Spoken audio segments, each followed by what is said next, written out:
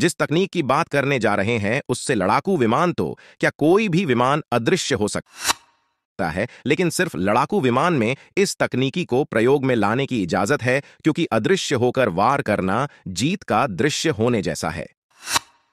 यह तकनीक स्टील्थ तकनीक, स्टील्थ टेक्नोलॉजी है। इसी तकनीक के जरिए विमान को अदृश्य करना संभव हुआ।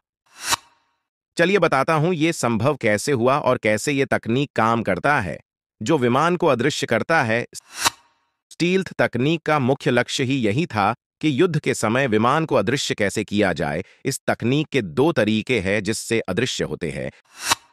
1. विमान को एक ऐसी आकर दी गई जिससे रडार से आने वाले रेडियो सिग्नल्स जो विमान को प्रतिबिंबित करता है, अर्थात विमान के पोजीशन, डायरेक्शन, ऊंचाई, लंबाई, गति इत्यादि का जानकारी देता है।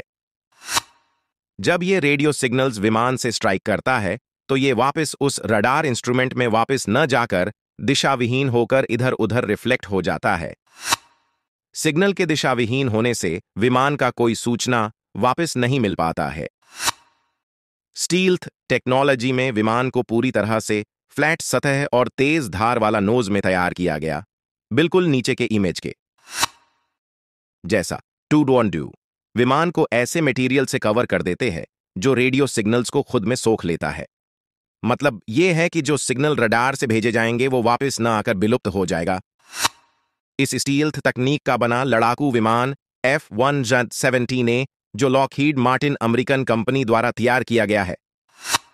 इस F-117A लड़ाकू विमान को देखकर ही आपको आधे से ज्यादा चीजें समझ आ जाएंगी कि स्टील्थ तकनीक में जो कुछ भी है सब तकनीक से तैयार की गई विमान के आकार और कवर की जाने वाली मटेरियल का ही देन है, जिससे विमान का अदृश्य होना संभव हुआ।